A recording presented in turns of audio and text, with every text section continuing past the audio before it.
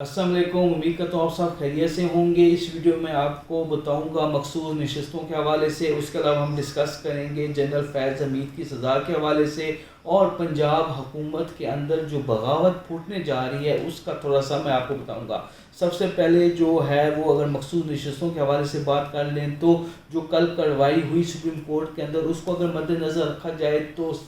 چیزیں کلیئر ہیں کہ جو مخصوص نشستیں ہیں یہ مخصوص جماعت کو چلی جائیں گی۔ ملک کے مخصوص مفادات کی خاطر اس کو مد نظر رکھتے ہوئے یہ جو سیٹیں ہیں یہ تمام سیٹیں سنی اتحادی کونسل کو نہیں دی جائیں گی۔ ٹیکنیکل طور پہ غلطی بھی بنتی ہے، جتنی کارروائی میں نے سنی، جتنی پروسیڈنگ میں نے سنی، اس میں تو مجھے بھی ایک چیز نظر آ رہی تھی کہ ٹیکنیکلی طور پہ جو ہے سنی اتحاد کونسل کو یہ نہیں جا سکتی، اور یہ سیٹیں جو ہیں یہ مخصوص جماعت کو جائیں گی، اور میرے خیال میں اس کے اندر شاید پیپلز پارٹی کے ساتھ بھی ہاتھ ہو جائے۔ دوسرا بات کر لیتے ہیں جنرل فیض حمید کے حوالے سے۔ ان کا ٹرائل مکمل ہو گیا ہے اور ان کو اختیارات کا ناجائز فائدہ اٹھانے کی بنا کے اوپر ان کو 14 سال قید ہو سکتی ہے۔ عمران خان کے معاملے میں یا 9 مئی کی جو سازش میں ان کو انوالو کیا جا رہا تھا اس معاملے میں وہ کلیئر ہیں، اور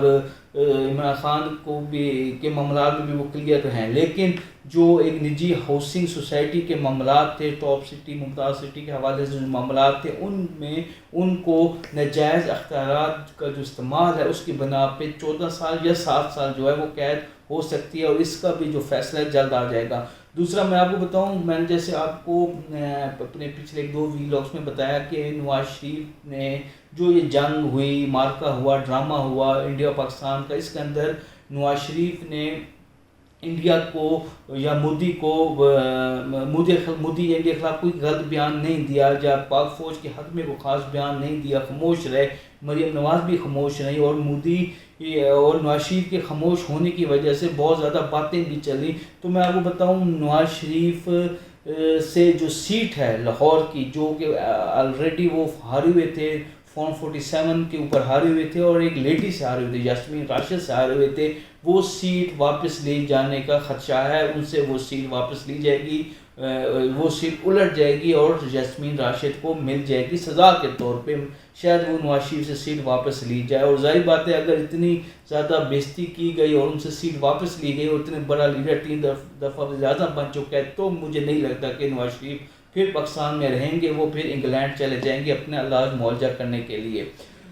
تیسرا، پنجاب میں 1930 کا ایک ہنڈا راج ایکٹ تھا، 1930 کے اندر لگایا تھا انگریزوں نے پنجاب کے اندر، خاص طور پہ جو سینٹرل پنجاب تھا، لاہور اور سیالکوٹ اور گوجرانوالہ، ان علاقوں میں، ان ڈویژنز کے اندر مسلمانوں کے اور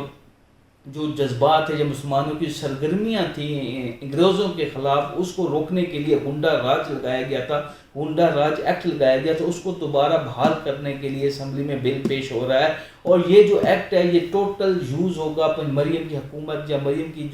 مریم نواز کی جو کابینہ ہے یا یہ جو لوگ ہیں، یہ ٹوٹل یوز کریں گے جو مریم کے خلاف آواز کو دبانے کے لیے، پنجاب حکومت کی پور جو کارکردگی ہے اس کو دبانے کے لیے، اپنے خلاف آوازیں جو اٹھ رہی ہیں اس کو دبانے کے لیے یہ ایکٹ استعمال ہوگا۔ اس ایکٹ کے تحت ڈی سی ہے، اے سی ہے، یا ایک ایون دین تھانے کا جو ایس ایچ او ہے، وہ بھی کسی بھی بندے کو اس ایکٹ کے تحت اٹھا سکتا ہے اور اندر کر سکتا ہے، تو